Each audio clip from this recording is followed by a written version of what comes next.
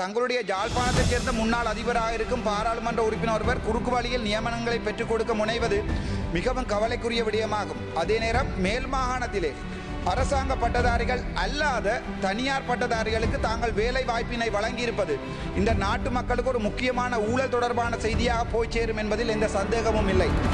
Question under Standing Order 27-2 of Parliament, Honorable Dr. Ramanathan Archunan. Thank you, sir. 2020-2021 காலப்பகுதியில் வழங்கப்பட்ட முறைகேடான அரச உள்வாரி பட்டதாரிகளுக்கான அரசாங்க நியமனம் தொடர்பானது மதிப்புக்குரிய பிரதம மந்திரி மற்றும் உயர்கல்வி அமைச்சர் அவர்களே, அரசாங்க தொழில் வழங்குதல் தொடர்பாக உங்களுக்கு பின்வரும் முறைகேடுகளை தெரிந்திருந்தும் அவற்றுக்கான பதில்களை தாங்கள் இந்த பாராளுமன்றத்தில் தெரிவிக்க முடியுமா என்பது தொடர்பாகவே இந்த கேள்வி என்னால் முன்வைக்கப்படுகிறது. 2014ஆம் ஆண்டு உயர்தர பரீட்சையில் சிறப்பு சித்திகளுடன் பல்கலைக்கழகம் நுழைந்த நாங்கள் 2019ஆம் ஆண்டு நாட்டின் அரசியல் ஸ்திரத்தன்மை அற்ற காரணங்களாலும் பல்வேறு அரசியல் காரணங்களாலும் முறைகேடாக வழங்கப்பட்ட அரசாங்க நியமனங்களினால் 2020ஆம் ஆண்டு ஆவணி மாதம் அளவில் வழங்கப்பட்ட பட்டதாரிகளுக்கான தொழில் வாய்ப்பினை இழந்து நிற்கிறோம். இதன் மூலம் யாழ்ப்பாண பல்கலைக்கழகத்திலிருந்து சிறப்பு சித்திகள் மூலம் விசேட பொது பட்டம் வென்ற மாணவர்களும், அதே நேரம் பேராதனை பல்கலைக்கழகம் மற்றும் கிழக்கு பல்கலைக்கழக பாடங்களிலிருந்து எங்களுடைய சக ஆண்டு மாணவர்கள் இதனால் பாதிக்கப்பட்டிருக்கிறார்கள்.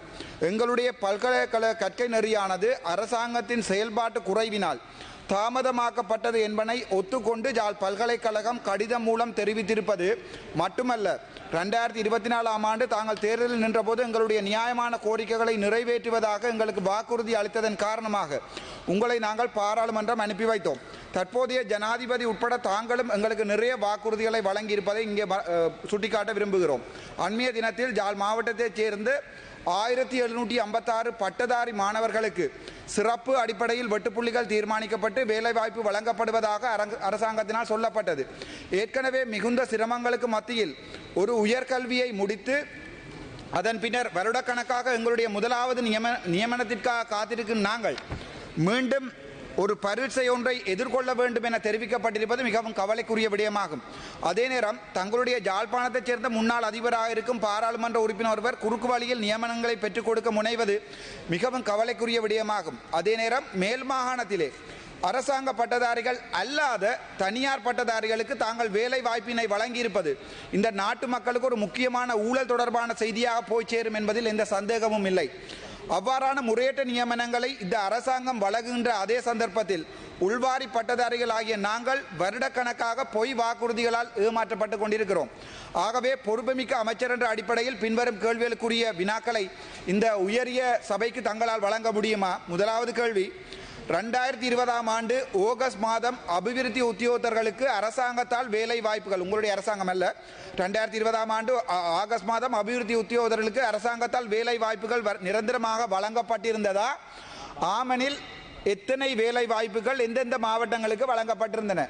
இரண்டாவது, 2014ஆம் ஆண்டு பல்கலைக்கழக கற்கை நெறிகளுக்கு உள்வாங்கப்பட்ட யாழ்ப்பாணம், பேராதனை மற்றும் மட்டக்களப்பு பொது விசேட பட்டதாரிகளுக்கு அந்த நியமனத்தில் உள்வாங்கல்கள் நடந்ததா? அப்படியாயின் எத்தனை மாணவர்கள் உள்வாங்கப்பட்டார்கள்?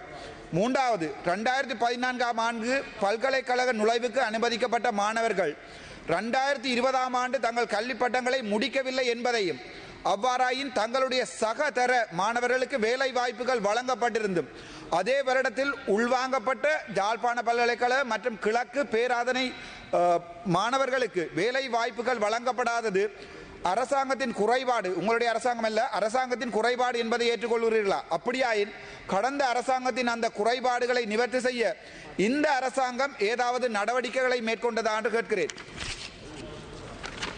நான்காவது கேள்வி, அதே நேரம் மேல் மாகாணத்திலே முக்கியமான கேள்வி, மேல் மாகாணத்தில் ஆளுநரின் செயற்பாடினால் HNDE கற்கை நெறி மாணவர்களுக்கு மாகாண அமைச்சின் கல்வி செயலாளரினால் நியமனங்கள் வழங்கப்பட்டதா?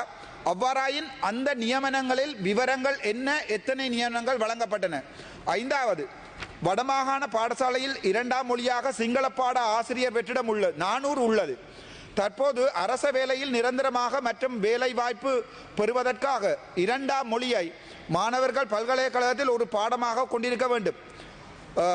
யாழ்ப்பாண பல்கலைக்கழகத்தில் உள்ள 50க்கும் மேற்பட்ட 2ஆம் மொழியை சிங்கள பாடமாக பயின்ற எங்களுடைய மாணவர்கள் இன்று வரை கிட்டத்தட்ட 10 வருடங்களுக்கு எங்களுடைய தொழில் வாய்ப்பை வழங்க 10-15 வருடங்களுக்கு தொழில் வாய்ப்பினை வழங்காமல் இருப்பதற்குரிய காரணம் என்ன? 6வது, வடமாகாணத்தில் இருக்கின்ற ஆசிரியர் பற்றாக்குறையை நிவர்த்தி செய்வதற்கு வடமாகாண ஆளுநருக்கு அதிகாரங்கள் இருந்த போதும் அவரை தொடர்பு கொண்ட போது மத்திய அமைச்சின் செயலாளர் அது தொடர்பாக தீர்மானிப்பார் என்றும் கேபினட் அனுமதி தேவை என்றும் சொல்லியிருக்கிறார். அதேவேளை வடமாகாண செயலாளர் இருக்கின்ற வெற்றிடங்களை நிரப்புவதற்கு எந்த நடவடிக்கையும் எடுக்கவில்லை சீஃப் செக்ரட்டரி. இது தொடர்பாக உங்கள் கருத்து என்ன? நன்றி.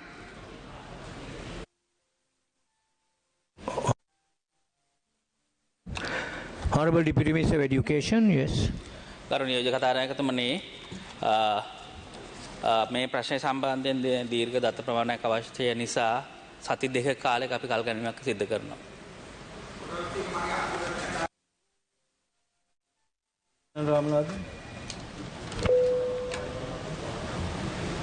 Honorable Haruchan Ramnath, yes, he's taken time. Minister